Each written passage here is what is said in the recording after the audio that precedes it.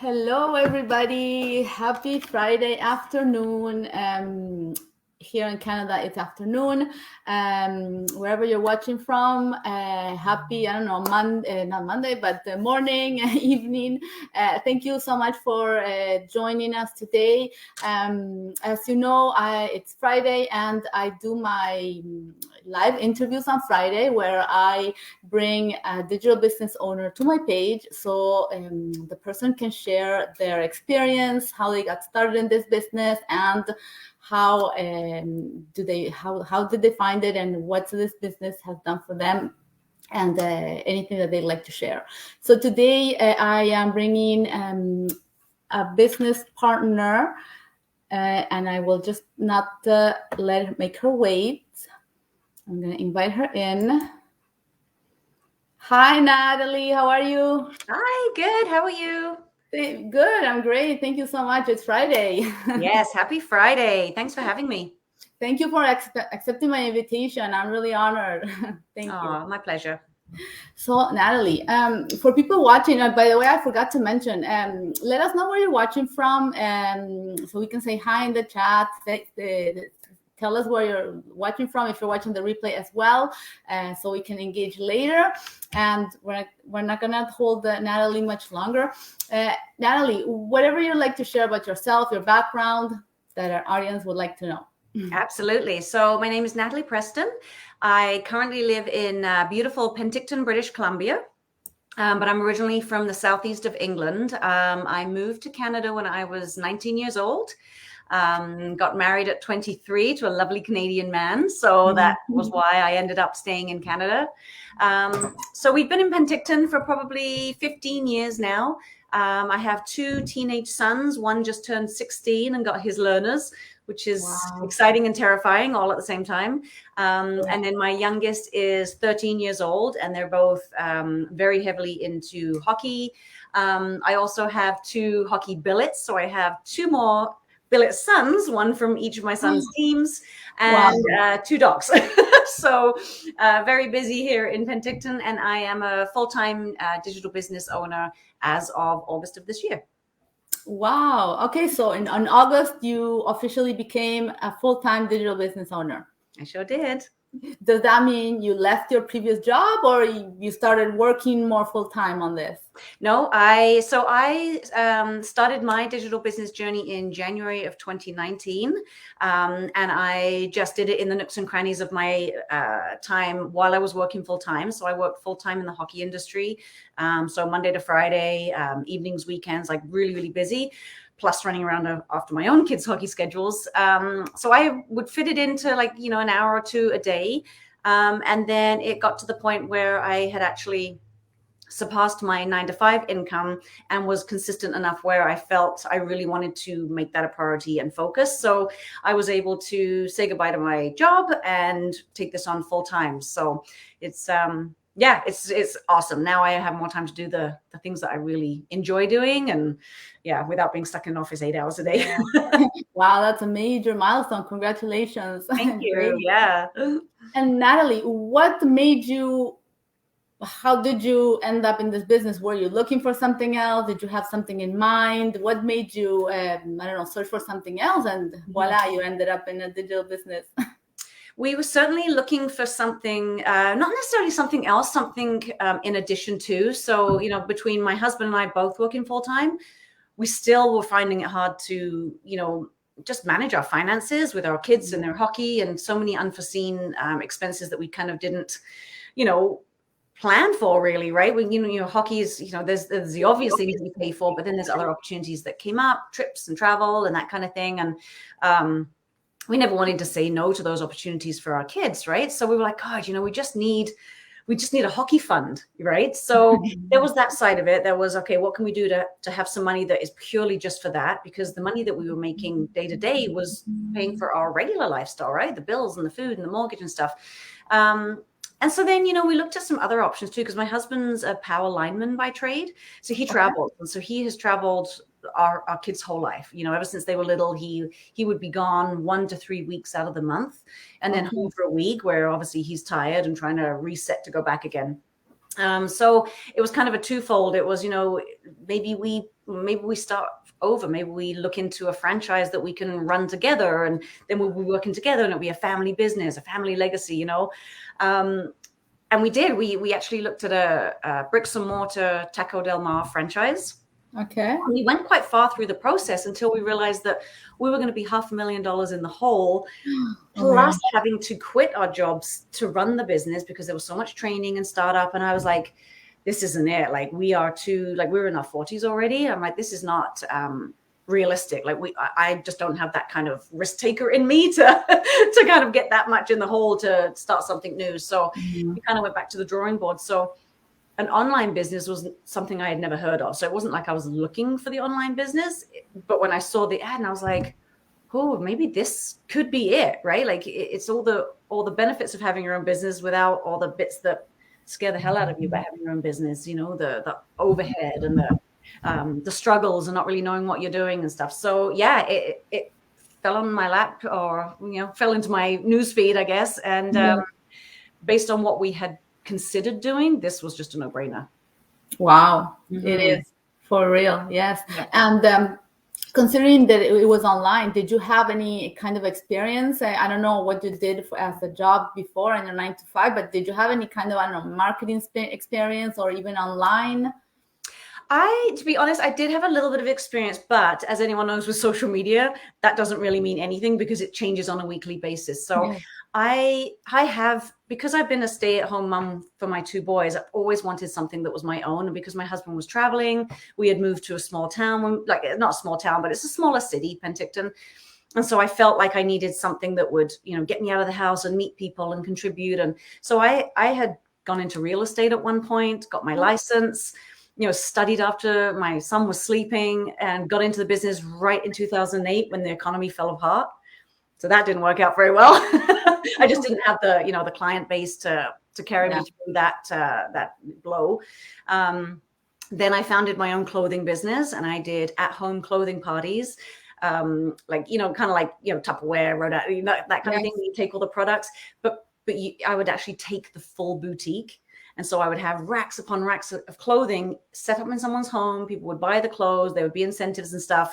And so I did that for 6 years, and I actually grew that business on Facebook, but organically. I didn't know anything about, social media or advertising or anything like that. So I've definitely dabbled in kind of, using social media with a business, but God, it was lonely. It was lonely having your own business, not really kind of being sure what you were doing, and always having the competition nipping at your heels and stuff. So in the end, it was just easier to go back to work. Being an entrepreneur by myself was, stressful and lonely and expensive. And so I ended up just getting a job once the kids were old enough, Yeah, at least you were with somebody. Yeah, exactly. Yeah. But it's interesting what you were mentioning, that you had your boutique and you did your parties. So you did exactly what we do not do in this business. Exactly. Absolutely. Wow. Exactly. That's why really, yeah. Wow. So much work. And obviously, dealing in retail, you're having to outlay money before you make money, and you have to make good decisions on what products you purchase to see what's going to sell. And as soon as you make that money, you're right back into investing it back into clothing again, right? So it was really stressful, and it was fun. It was social. We did lots of fun things in the community, but yeah, the storage of the product, the handling, the buying, like it was just so much work. And everybody wanted to do it at that time, so I was kind of, it was like a trend. Yeah, exactly. So yeah. Well, that's interesting, because you really had both the best of both worlds. I guess it is. Exactly. By the time I found this business, I knew exactly what I was looking for, because I had tried just about everything else. If there were mistakes to be made as far as entrepreneurs go, I had probably made them. Okay. So how did you handle the part that you didn't have the experience on advertising on social media, and that you became again a solo entrepreneur, solopreneur, that we call us, but we have this incredible community that's very, very supportive. How did you handle the part of the learning the advertise and learning how to manage your business? Well, if someone had told me what was involved without there being the training and the mentorship, I probably would have been too scared to proceed. But because the training is just so incredible, and it's something like, it's literally a tab that's open on my laptop at any given time. Yeah. Because it's just so step by step. I always tell people it's like color by numbers. Like, as long as you follow, A, B, C, D, like you can't make a mistake. And what's amazing is you can follow along and do it while you're watching it. So it's not even like it's tedious training. It's not like you're reading manuals and booklets and it's, your eyes are getting tired and you're like, okay, I'll try again tomorrow. It's videos, it's interactive. And then, not only do you have that one-on-one mentorship, but at any given time, like 24/7, there's someone that you can ask a question to, right? So the resources are there. And I think that just gave me the confidence that not only, that everyone else is doing it, so why shouldn't I be able to do it? But literally the steps of the training were there. Sorry. Yeah, that is so true. The training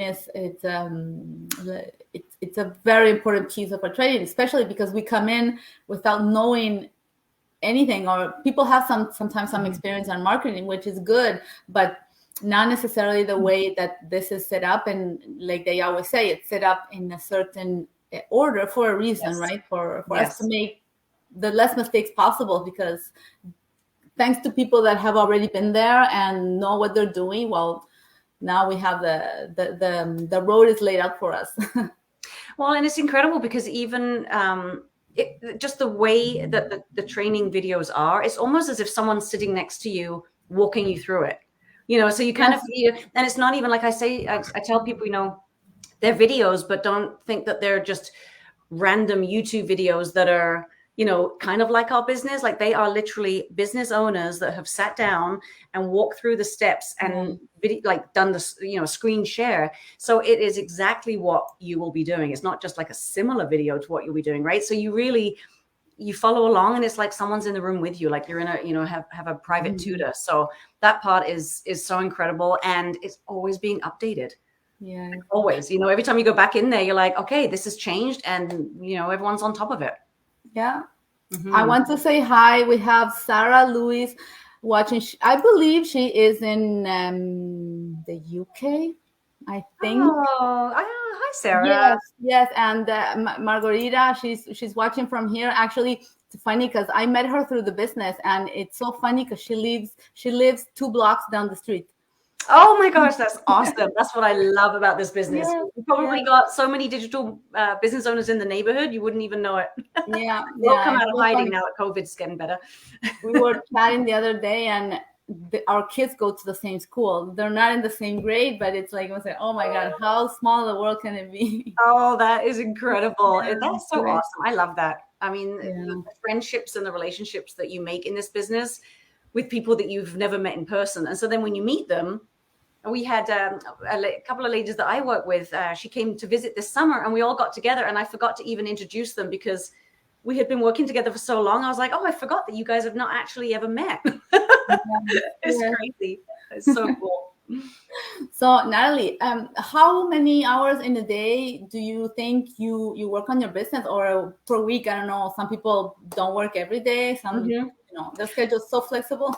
The schedule is so flexible, and really it's the same with any business. You get out what you put in. So depending on how quickly you want to like move through the training, for example, obviously you're going to put in a few more hours, but you can do fine on an hour and a half a day. I mean, that's literally my day in the life when I was working full time. Was I would have a half an hour in the morning, kind of while I was having my morning coffee, respond to inquiries, check my emails, that kind of thing. Check in around lunchtime again. And then in the, sorry, just one second.